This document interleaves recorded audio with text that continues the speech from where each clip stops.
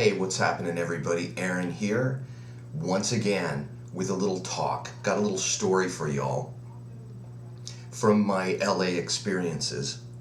And I'm actually gonna probably put a book together called Tales of a Nobody. But maybe I'll include this one, maybe not. This one's more leaned directly towards guitar players, right? Having my morning coffee here. Cheers. When I lived in Los Angeles, the reason I was there was to attend Musicians Institute and go to GIT. I went there, I auditioned for Howard Roberts. I didn't have a demo, so I just played for Howard Roberts right in his office. Me and my dad. I was like 17. And I went through the rigmarole with him. He told me to play different things. He quizzed me. He grilled me for a while. And he put me in the advanced level, so that was cool. So I went to GIT. Well, that was in Hollywood, right? So when I lived in Glendale, I used to kind of commute back and forth. I'd either drive with my Camaro. I had a 77 candy apple red Type LT Camaro. Pretty cool. But I burned that engine up, and that's another story altogether. So moving on. So I became familiar with Hollywood because I would be there all the time. You know, McHadden Place, right where MI is, the Scientologists, the big building with the guys with the white hair and the gray suits that try to recruit you. And there's another story. Anyway, I'm getting off point here. I worked at this place called Sam Goody. It was Sam Goody Suncoast Motion Pictures. So basically it was half music in the front of the store, and in the back, okay, it was DVDs, and my friend Danny was just awesome. Great bass player. My friend Danny had the connection. We worked at the Glendale store because we lived in Glendale.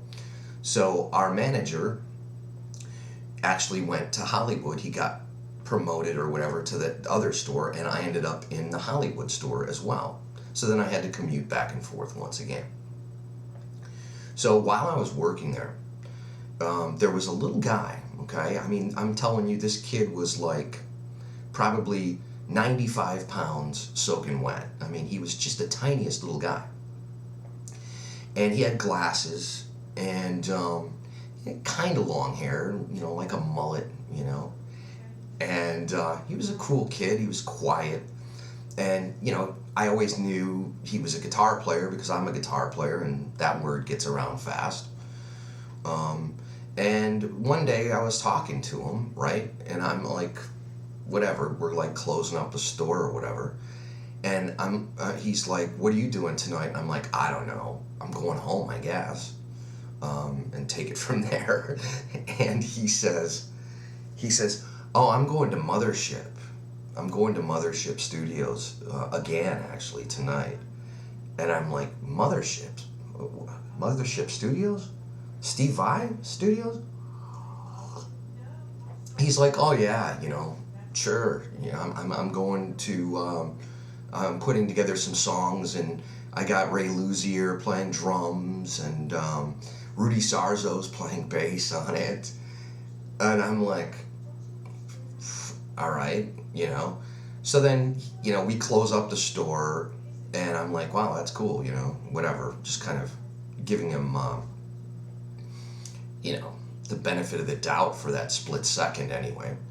So he goes home, we close up the store, and I'm thinking, boy, oh boy, you know, this kid had quite an imagination, right?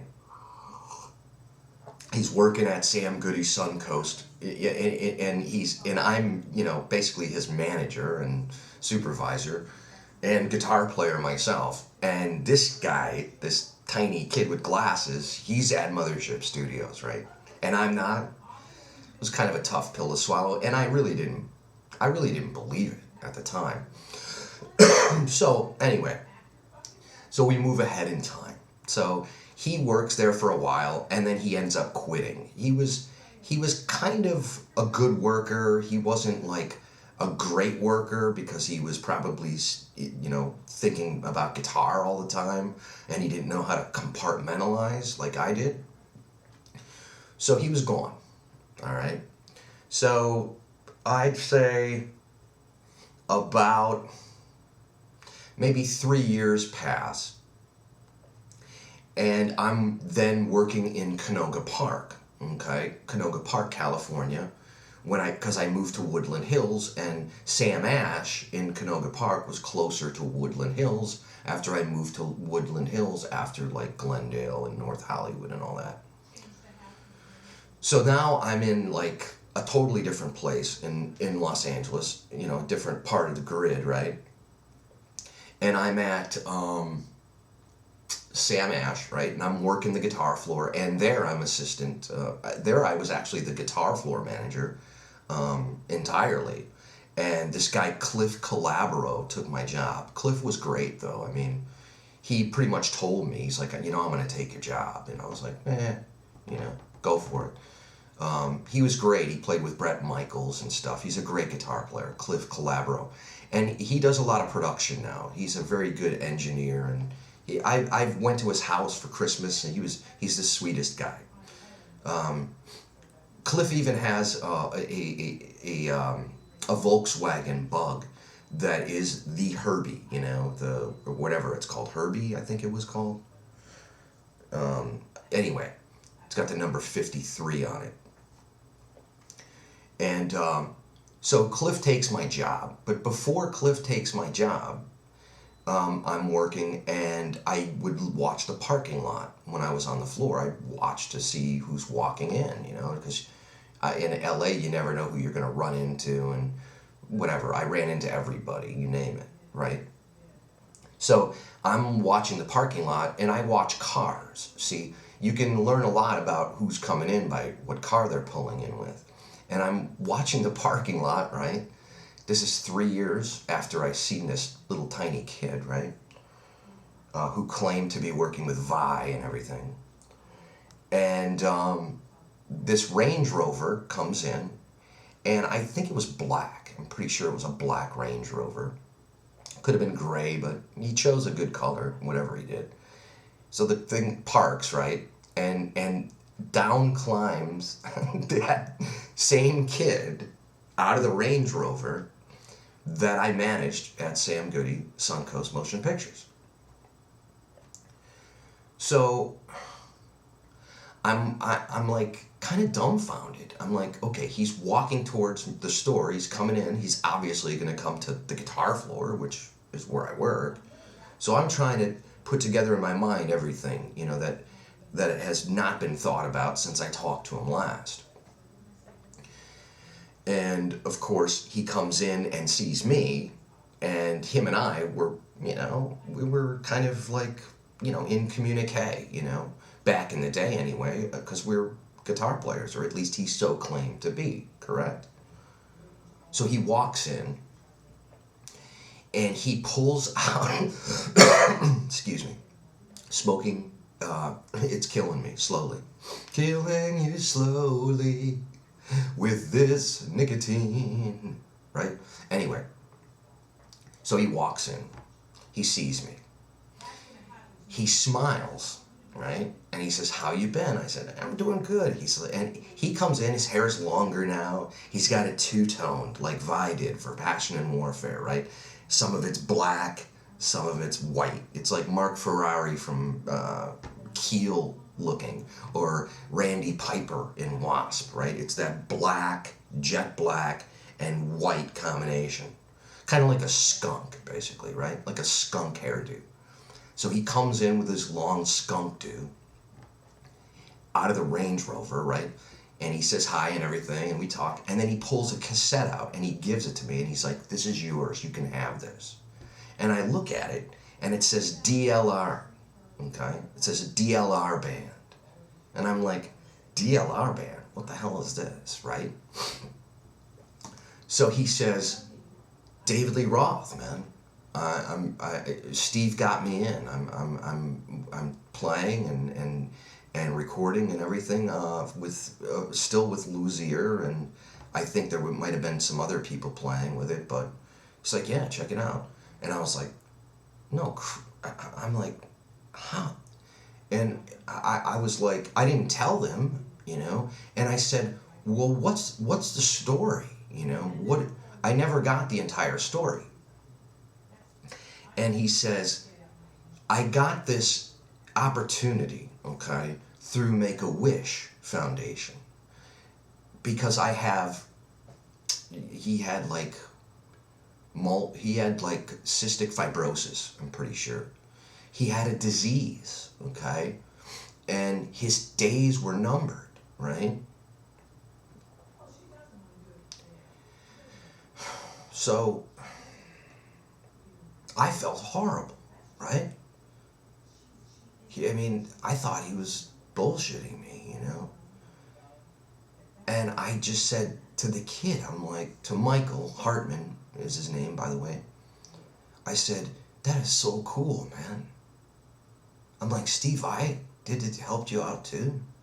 It's like, what a nice thing to do, you know, for somebody that just doesn't have a lot of time to see his dream come true.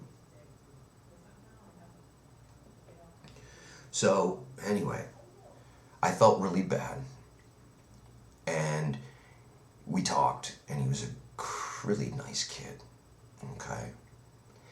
And he left. He got in his Range Rover, and he drove away. Now, after he was, in the store, and we were sitting and he was playing, I didn't really play much around him. I didn't want to scare the kid, too much, because I was a little bit more experienced. Not a lot, but there was some things that he could have, finally figured out in his playing to make it, even better. He was great, don't get me wrong. He had a lot of technique and everything. Sweet kid. And, the funny thing is, when we walked out, because Brett Tuggle was one of my clients, Daily Roth Band, and Brett, his son was going to take lessons from me at Sam Ash. Brett and Tuggle and I hit it off. He plays with Fleetwood Mac now, I think. I'm not sure. Last I've heard, anyway. So anyway, the people I worked with, they knew how I play, right? They knew me, and they knew Michael Hartman. And when he left, they asked me. They said, why on God's green earth is that, how is this kid that you know? How is he in David Lee Roth Band and you're not? They're like, it doesn't make sense. You should be in the David Lee Roth Band. And I thought that was a sweet thing for my coworkers to say. But I had to explain to them, this kid had limited time, okay? Michael had only so long before his disease had taken over. And you can look it up, okay? If you ever, are curious, just look up Michael Hartman, Hartman. Michael, like the Archangel Michael. And an angel he was. His album, mind you, that they were working on at Mothership Studios all along, was called Black Glue. So you can research it, look it up. Michael Hartman, Black Glue. And I'll wrap it up here. Geesh, getting at a 15-minute presentation here. But before I go, I just want to tell you guys, never underestimate any player. Nobody. Give them all your attention. Be nice to them. Be kind no matter what level. Because you never know who you're talking to. Okay? You guys take care.